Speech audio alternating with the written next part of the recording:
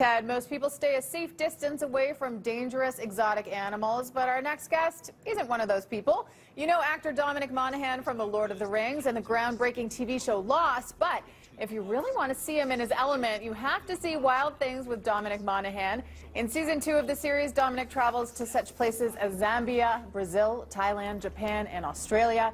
Right now, he's in wild Toronto, where he joins us live. Good morning, Dominic. Hello. Hi, I want to congratulate you on this show and say that you are an incredible tour guide, and I'm wondering where this passion came from.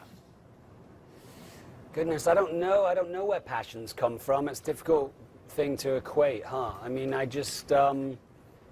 I'm curious about a lot of things, and they encompass themselves into my show Wild Things. You know, I mean, I love travel, I love food, I love humans, I love different types of wild animals. You know, I want to see it all. I'm endlessly curious. I don't feel like I have enough time in my life, so everything's kind of accelerated, and that's why I take these trips. Well, you're extremely well versed, though, when you get there. How much work do you do in advance, sort of studying the area and the animals that you are set to encounter?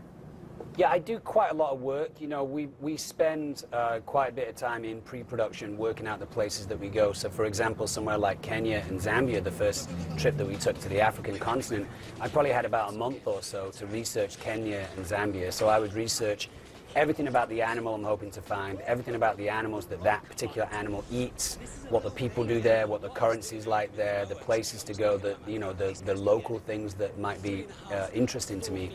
And then when we get there, it's a little bit more fluid. But I definitely do a little bit more fluid. But I definitely do as much research as possible. Now, we're going to talk about the creepy crawly and the sort of the terrifying stuff coming up, but in this episode that kicks off season 2, you encounter an elephant that's been injured by a poacher. I want to know about the sort of kinship that forms with you in the animal kingdom and how that affects you.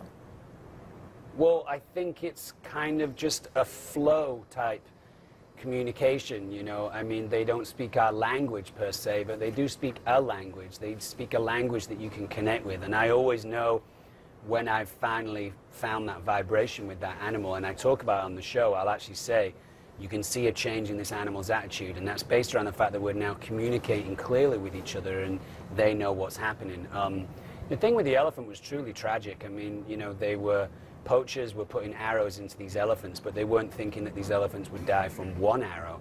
They would think that these elephants would die from maybe 40 or 50 arrows. So on a nightly basis, they would just come out, put another arrow in the elephant and run away. And then over the course of obviously 40, 50 or 60 days, this elephant would eventually succumb to all these arrows. So we were able to get there and watch this elephant have this arrow taken out of it. And then when it woke up, it tried to kill us all, which was brilliant. Right. Well, it made for great TV, but I'm sure it was terrifying. What else have you encountered in season 2? We go to look for a whole bunch of different things. I mean, I swim the barrier reef looking for the box jellyfish, arguably the world's most venomous creature. I look for the gaboon viper, probably my most favorite snake in Zambia. We go back to New Zealand to look for the world's largest insect, the wetapunga. I go deep into caves in Australia to find the ghost bat. I mean, we find a lot of different types of animals and have some really crazy, close experiences this year. So it's a great season. I'm really excited for people to start watching it. Well, I'm sure you can only cover so much ground per season. Anything on your bucket list that you're sort of saving for season 3, perhaps? Oh, there's so many things that I want to do. People always say to me all the time, are you ever worried that you're going to run out of ideas? And I say, not unless I run out of animals. I mean, it's endless. You know, I'd like to go to Easter Island, Christmas Island, the Galapagos Islands, the Cook Islands. I want to do an episode in Europe. I want to do something in Spain. I want to do something in Antarctica, the South Pole, the North Pole. It just keeps going. I mean, there's animals everywhere. There's experiences to have everywhere. You just got to go travel, go look at it, you know. Well, it's always fantastic viewing. Dominic, thanks for this. Thank you.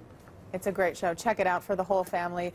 Wild Things with Dominic Monaghan. It's on OLN. The season 2 premiere March 18th at 8 o'clock. More information, as always, at breakfasttelevision.ca. And, well, he encounters some wild things.